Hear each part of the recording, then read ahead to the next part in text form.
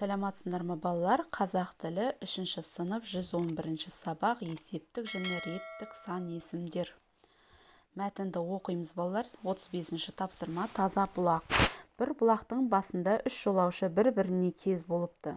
Бірақ бұлақ бір тастақ жерден шығып жатыр екен.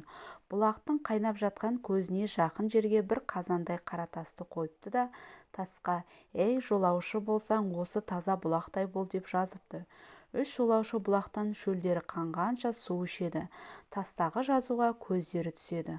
Сонда бірінші жолаушы тұрып былай дейді: «Бұл жазылған ақыл сөз екен, бірақ күні-түні тынбай ағып алыс жерлерге барады. Бара-бара кеңейіп үлкейеді. Бұған жол-жөнекей кішкене бұлақтар қосылып, сөйте бара үлкен өзен болып кетеді. Мұнан мынандай ғибрат алуға болады: сондай адал қызмет қыл. Еш уақытта жалқауланып тоқталып қалма. Сөйтсең ақырында сен де үлкейіп мұратыңа жетесің дегені деп білемін» дейді. Балалар, бұл Ыбырай Алтынсариннің өлең әңгімесінен алынған үзінді екен.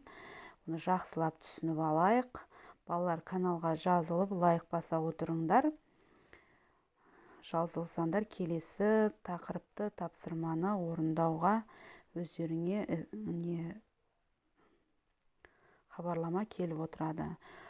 Сұрақтарға жауап береміз. Жолаушылар қай жерде кездесті? Бұлақ қандай екен? Бұлақ басындағы таста не деп жазылыпты?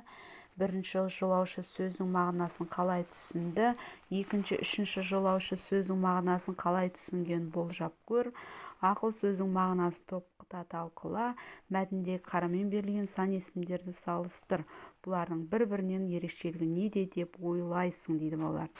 Ары қарай келесі бетте біздің бұл сұрақтарға жауап береміз. Яғни жауапты көрейік балалар.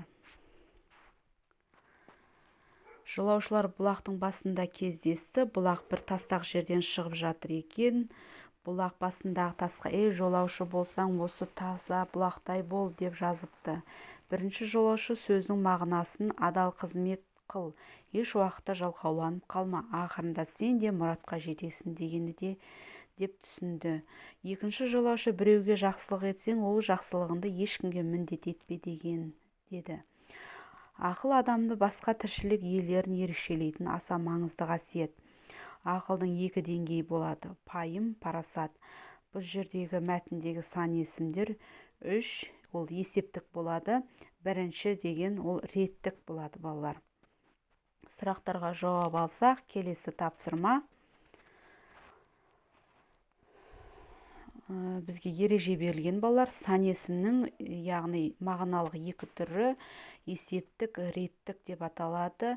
Есептік сан есімде отырғанымыз нақты санын білдіреді, 5, 6, 7 деген сияқты. Ал реттік сан есімде отырған санның ретін білдіреді, 5, 6, 7. 36 жаттығу балалар. Мәтінді көркем жаз. Есіл өзенінің тереңдігі 2 метр, кей жерлерде 18 метрге жетеді. Көктемде су деңгейі 10-11 метрге дейін көтеріледі. Сан есімдерді тап дейді бұл жердегі. Сан есімдер 2, 18, 10, 11 екен балалар. Яғни бұлардың түрлеріне қарай ажыратсақ, бұл жерде 2 есептік, 18 метрге дейін жетеді. Яғни бұлардың барлығы есептік екен балалар. Ары қарай 37 тапсырмада реттік сан есімдерді сөз құрамына талда дейді. Яғни түбір қосымшаға балалар.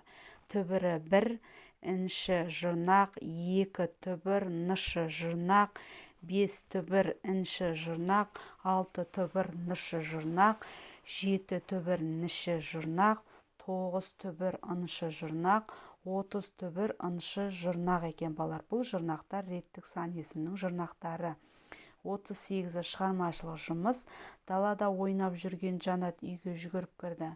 Анасынан далада жайылып отырған кірлерді жинап алуын өтінді. Анасы түсінбей себебін сұрады. Жанат қалай жауап берді деп ойлайсың? Жанат далада қатты жел тұрып шаң болып жатыр деп жауап берген екен балалар. Балалар, осымен бүгінгі сабағымыз аяқталды. Каналға тіркелейік, лайк басайық. себебі бұл каналға тіркеліп алсаңдар сендерге келесі сабақтардың жауабы келіп отырады балалар. Сау болыңдар.